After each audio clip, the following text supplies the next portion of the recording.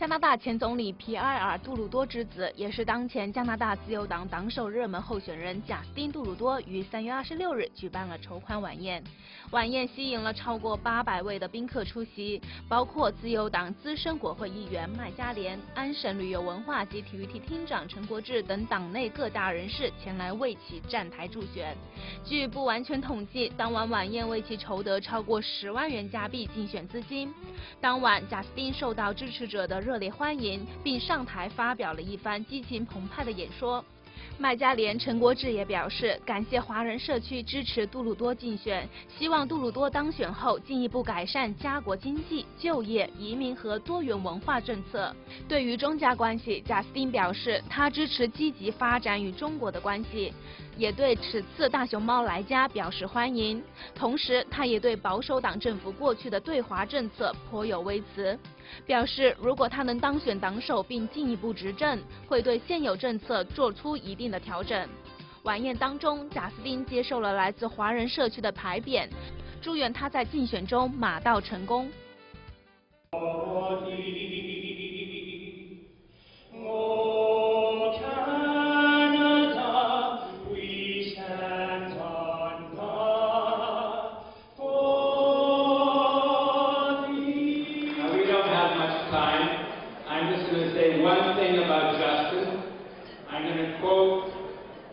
Well-known conservative columnists who said Stephen Harper and Thomas Mulcair are grumpy old men with chips on their shoulders as big as logs. That was Margaret Wente. Well, my friends, our guy isn't grumpy. Our guy isn't old. Our guy doesn't have a chip on his shoulder even the size of an acorn. So without further ado, ladies and gentlemen, will you give a very loud welcome to our next Liberal leader, to the next Prime Minister of Canada, Mr. Justin Trudeau from Canada.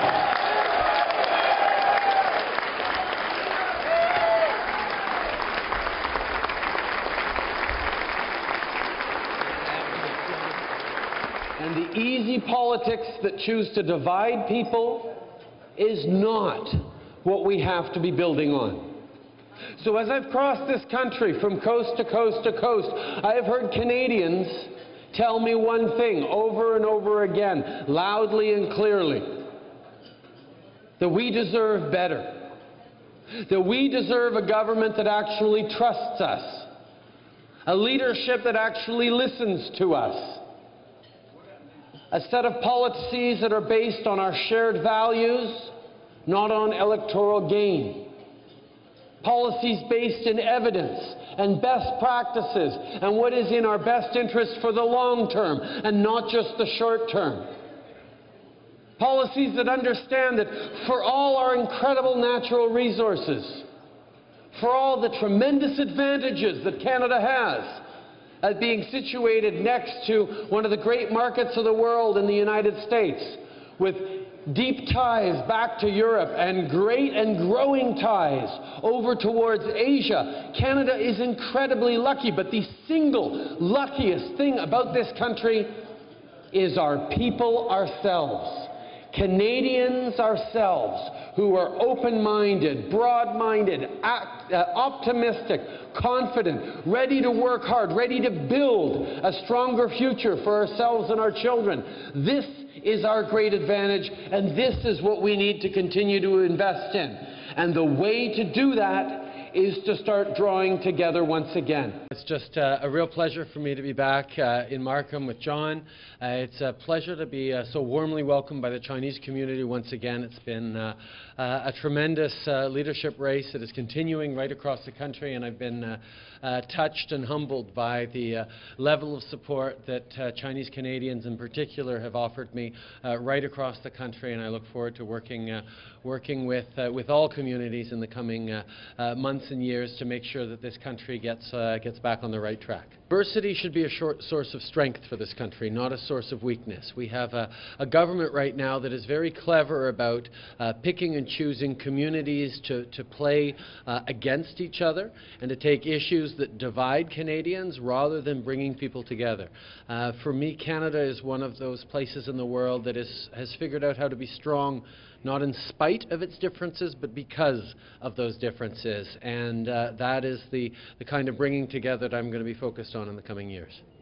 I'm extremely proud of the long history of a solid friendship between China and Canada. It started with Dr. Bethune, continued with my father, Pierre Elliott Trudeau, who was the first Western leader to recognize China and to visit China, and then continued through Prime Minister Chrétien, who was known for having very strong relations.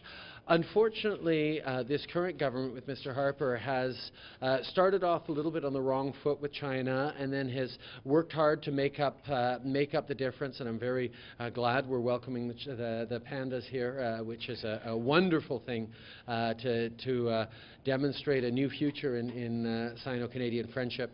But at the same time, I worry about the missed opportunities. I was proud of being the first leading politician to come out in support of the CNOOC-Nexen deal. Even before Mr. Harper did that, it just makes sense for us to be building stronger relations with China at this time, and I'll be continuing to encourage Mr. Harper to take China seriously as an important friend and ally. 感谢收看今天的大豆故事，我们下期再见。